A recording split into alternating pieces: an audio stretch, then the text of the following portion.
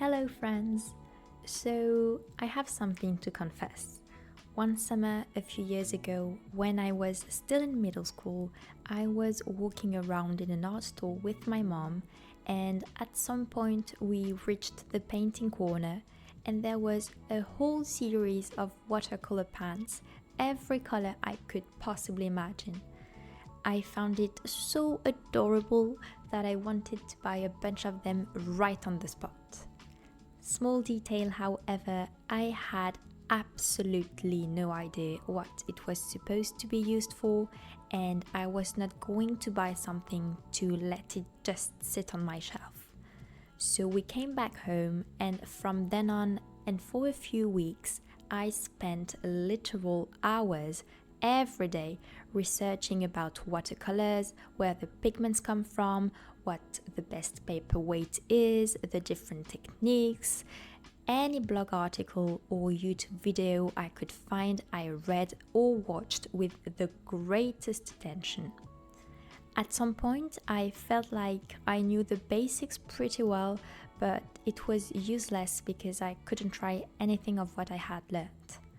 However, ever since my sister and I were little, at the end of each school year, our parents gifted us a little something, and usually we didn't know what we wanted. Well, this year I knew. So we went back to the store and bought a little watercolor palette filled with a bunch of ridiculously cute watercolor pans. Sadly, I never really took the time to paint a real piece because I wanted to have the perfect conditions, the perfect time and place, and all these stupid things that made me procrastinate, and it was already the end of summer vacation. Very tragic story, I know, but here we are, and a few years later, I can proudly say I have finally completed my first watercolor painting, and I documented everything I learned along the way as a very, very beginner to share it with you. So let's jump right into it. First things first, I am recreating a lotus fairy originally drawn by MizukiArts. I am using a cold pressed 300 grams per square meter Clairefontaine watercolor paper, a 2B pencil for sketching, and a putty rubber. What I like about this drawing is that it is not perfect, and I mean that the lines are not just very straight lines, they have rough edges, imperfection, and that's a thing I really struggled with. I had to erase and redraw many times over and over because I felt like my sketch didn't have any personality, it was too plain and felt uninteresting and a tad boring. So that is the first thing I learned, that I should not be afraid to trace a line that is not a line in the strict geometrical sense, which my mathematical brain struggled a little bit with. But this is what is making the whole thing so pretty, and it also gives life somehow and movement to the 2D drawing.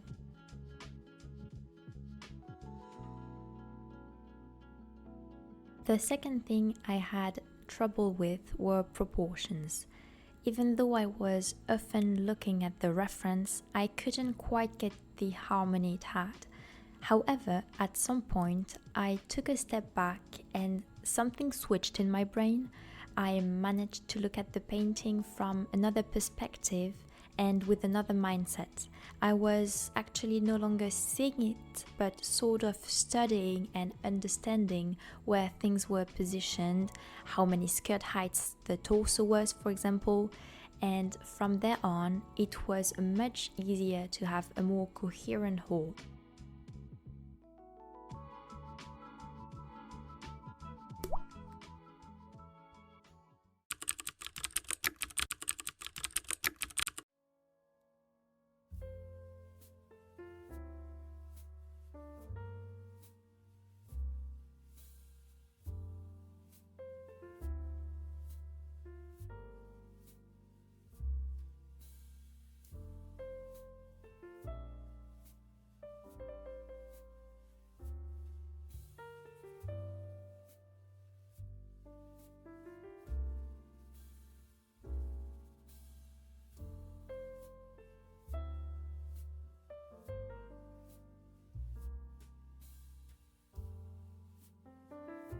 for the hair, which was either far too voluminous or far too flat, I began not only to focus on the shapes of the hair strands, but also to look at it more globally and see what amount of hair there was on the right, left, on top of the head, so that it was not disproportionate.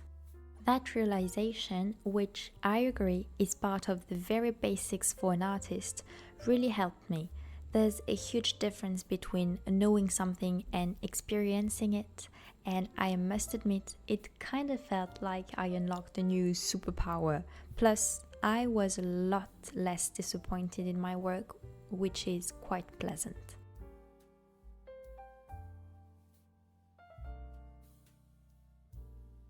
By the way, talking about hair, the curls. Jesus, was it painful in the beginning? I did not understand how to make them so delicate and light. Mine were rough and not elegant at all. But then again, realization. Let me explain. I figured that I had to trace one side of the curl, for example the left side, to give it the shape I wanted and make it wind around itself at the end. Then, when tracing the right side, instead of making the tip of the right line join the tip of the left one, I made it stop a few millimeters before. I understand it may sound a little messy like that, but I promise it worked so well.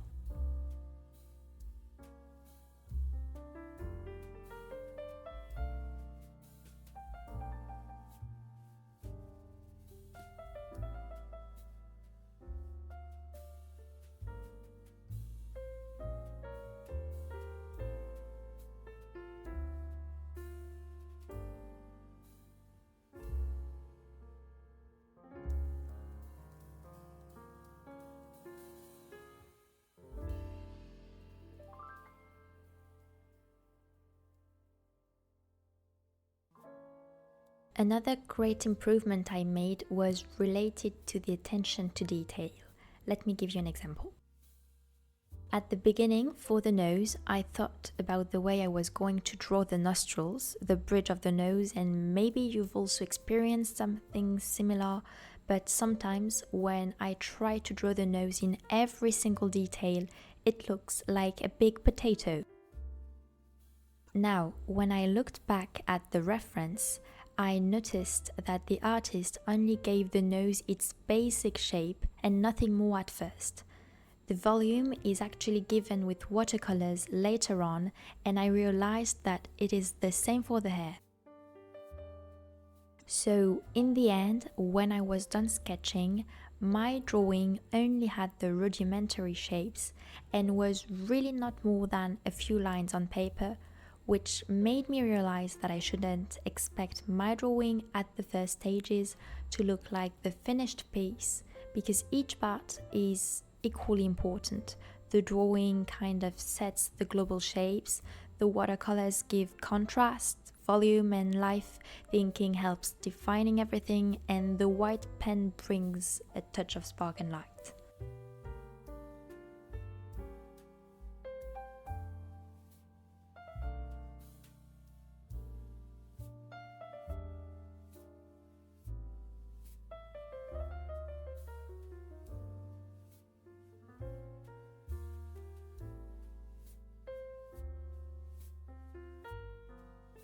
As a beginner artist, it wasn't initially obvious to me.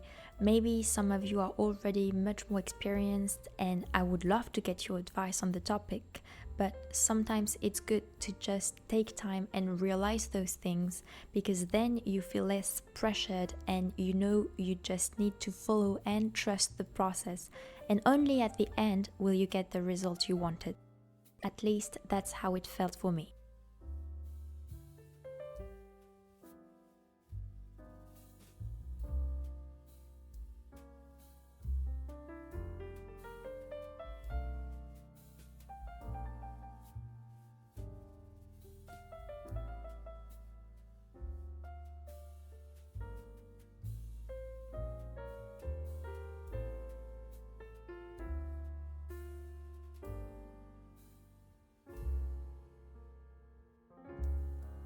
The next thing I want to tackle is the way I was holding my pencil.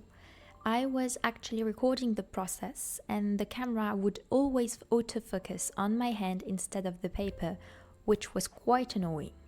So I tried holding the pencil a little bit further from the nib so that it would be out of the frame, and that killed two birds with one stone.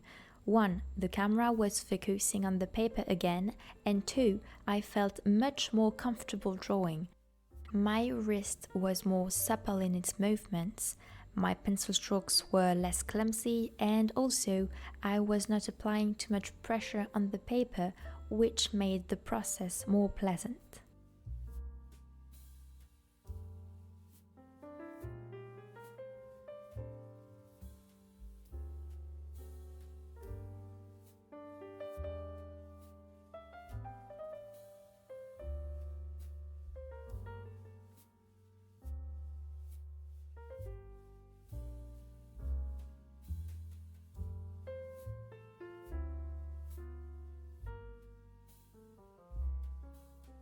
So then I moved on to the next phase and faced a dilemma, whether to ink before painting or paint before inking. The thing is, I was not confident enough in my watercolor skills to ink first. I was afraid to add too many layers of watercolor, which would potentially make the ink bleed, even though I'm using Indian ink, which is non-water based.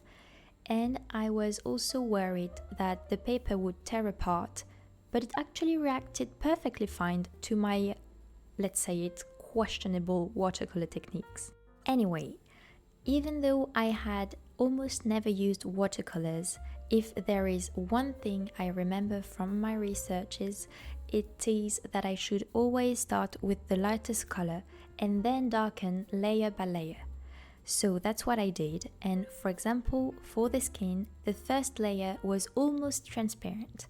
I just saturated the water a tiny bit more each time to give it dimension. However, when I wanted to make a gradient with the color, I kinda did the opposite of what I just mentioned, and what I mean is, I first applied a darker color, and then, little by little, I alternated between adding water to spread the color and soaking it up with a tissue to create the aforesaid gradient.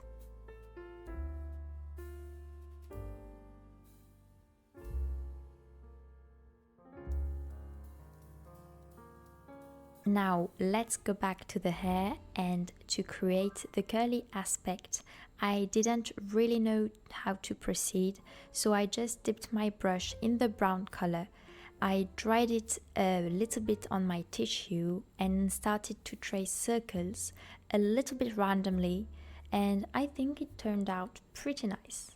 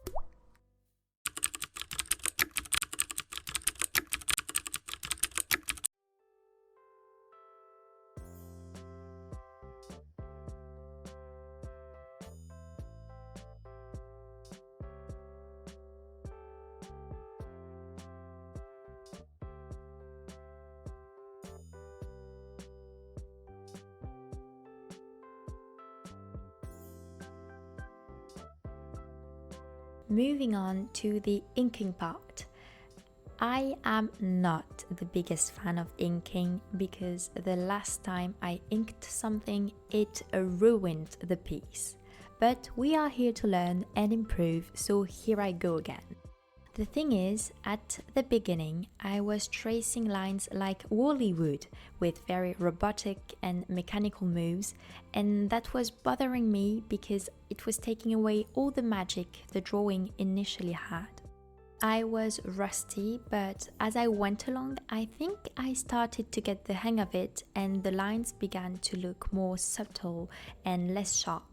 But let me make that clear, this process was with no doubt the most exhausting of the whole thing. So for this part I am using rotring pens. These pens are more than 50 years old and there was still some remaining dried ink inside that was preventing the pens from working properly.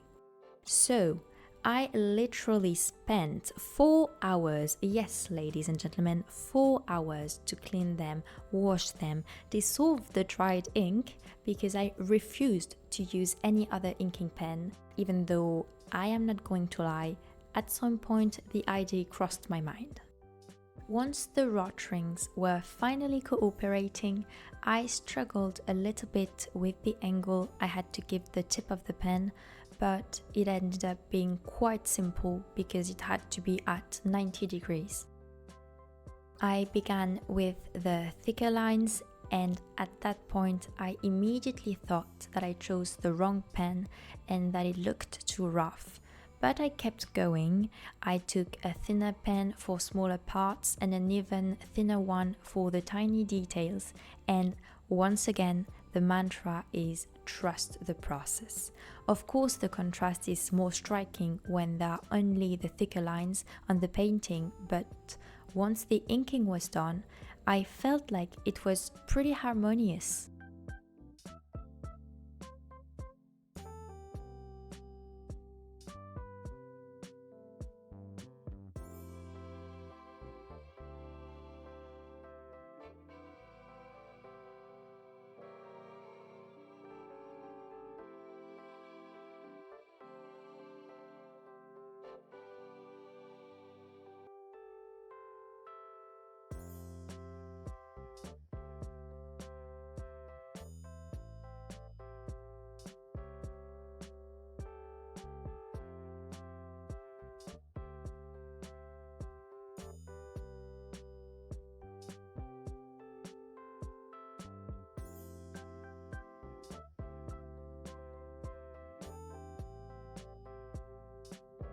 Last but not least, for the final touch, I added a little spark of magic with my white pen and I was finally done.